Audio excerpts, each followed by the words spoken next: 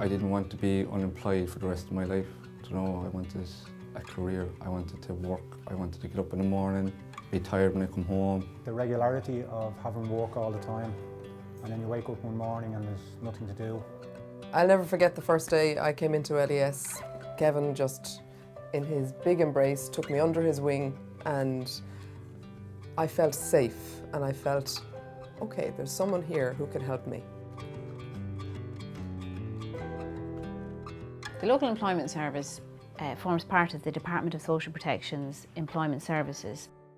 It's local, we're everywhere, and we deal with anyone who wants to get a job or get work. And don't think that you're too old or that you're too young just because you've left school, or if you've been looking after your kids for the last 20 years. There's something for you and we're here to help you. For me, it was coming in to the place after not being in work for so long. I thought to myself, sitting in the room that day with all these people that had, had finished school, had all these qualifications of various different jobs. It was a brand new world to me. I didn't actually know what to do. It was a bit of a shock to the system. And I found like-minded people here. They were able to give me their experiences to help me out.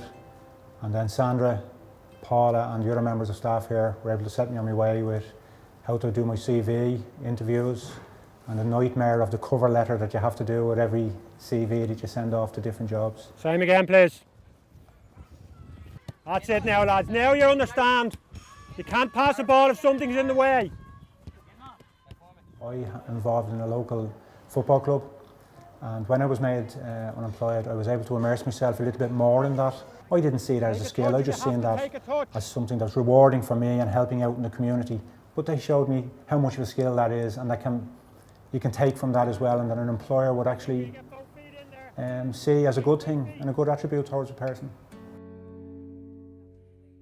I did have a lot of skills of being a stay-at-home mother for 25 years. I had, sorting things out and kind of like listen to people, because when you've got 4 children, you have to listen to them all individually. Maura helped me apply for the CE scheme to do information officer up in the Centre for the Unemployed in Cardiff. And I have to say I'm really loving it. I really and truly am.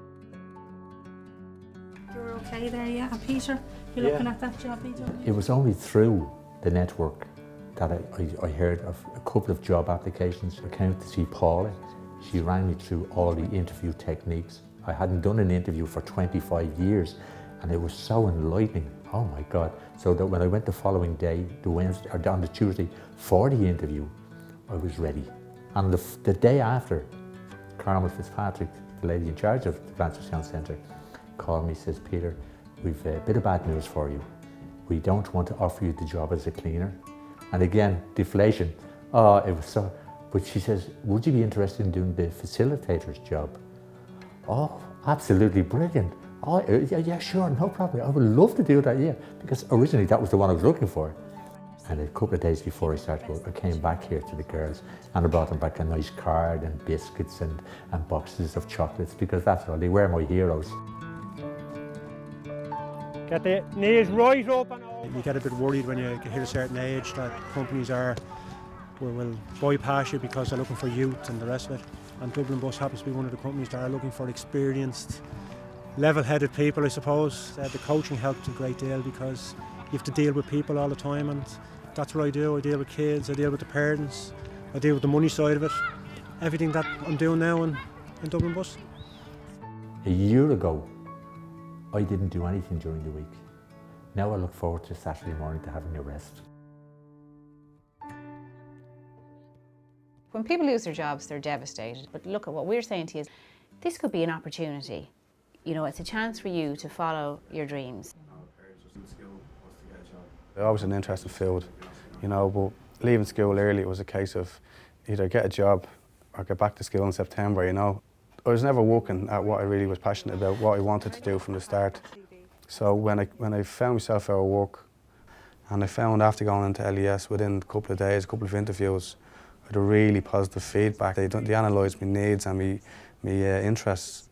I said, this is the time to bite the bullet now, to go back and do what I wanted to do from the start. And I went back to college at 35, which is like a mature student, to say the least, But I found with a bit of maturity and just a few life skills behind me.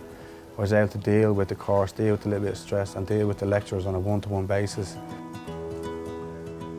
I've won a couple of awards. I entered Chef Ireland last year, my first year, developed a couple of dishes and I won the gold medal for ethnic cuisine.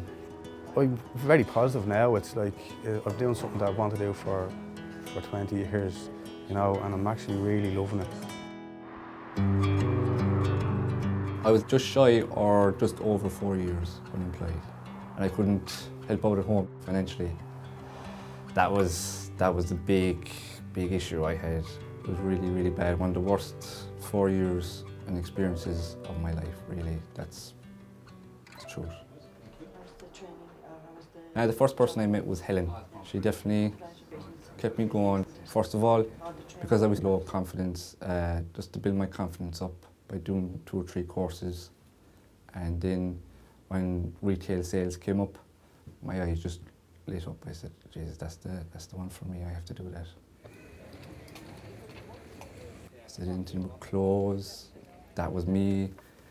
To bring the father to shopping, what shirt and tie would be nice, or does this match that, or... So yeah, I kind of slowly turned, so I was like, yeah, that's be good to work in a shop, meet people every day. And when I got employed, getting up in the morning, working 9 to 6, coming home tired, that was the main thing that I found hard at the start to get used to, but definitely working 9 to 6, coming home tired, doing a day's work, meeting people. I definitely take what I'm doing now over the social any day of the week. Wouldn't go back. Hopefully not.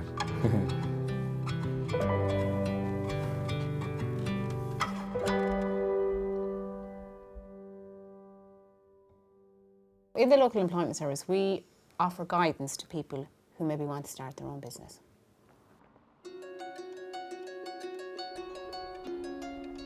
I make jams, chutneys, basically homemade preserves. I cook it here, I bottle it here, and I label it here.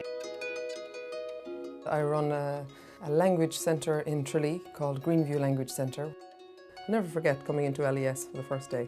I had 20 quid in my pocket. I was living in a 1-bedroom flat down in Motherwell.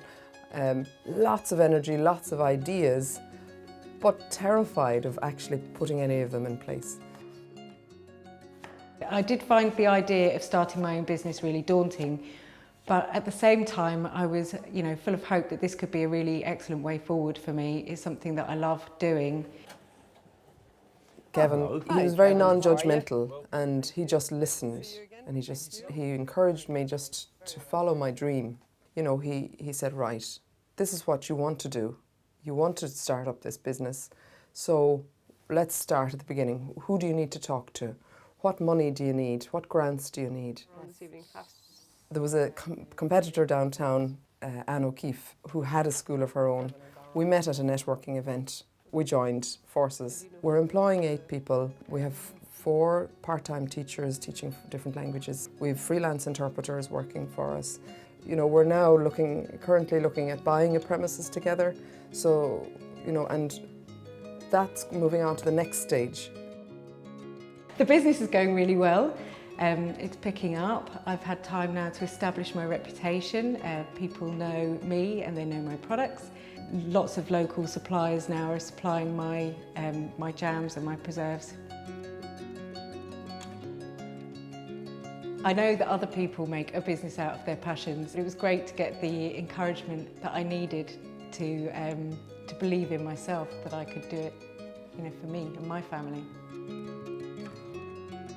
Once you have confidence in yourself, once you surround yourself with people who you trust, you can realise your dream. Employers often come to us when they're recruiting. When you advertise a position, you're inundated with CVs. It's very time consuming. It can be overwhelming sometimes. We have a huge amount of talent on our books. We operate like a matchmaking service. We know you, and we know the job seekers. They sifted through the candidates that they had on their books and came up with essentially the perfect candidate for me. I only had to carry out 2 interviews. We hired a perfect person.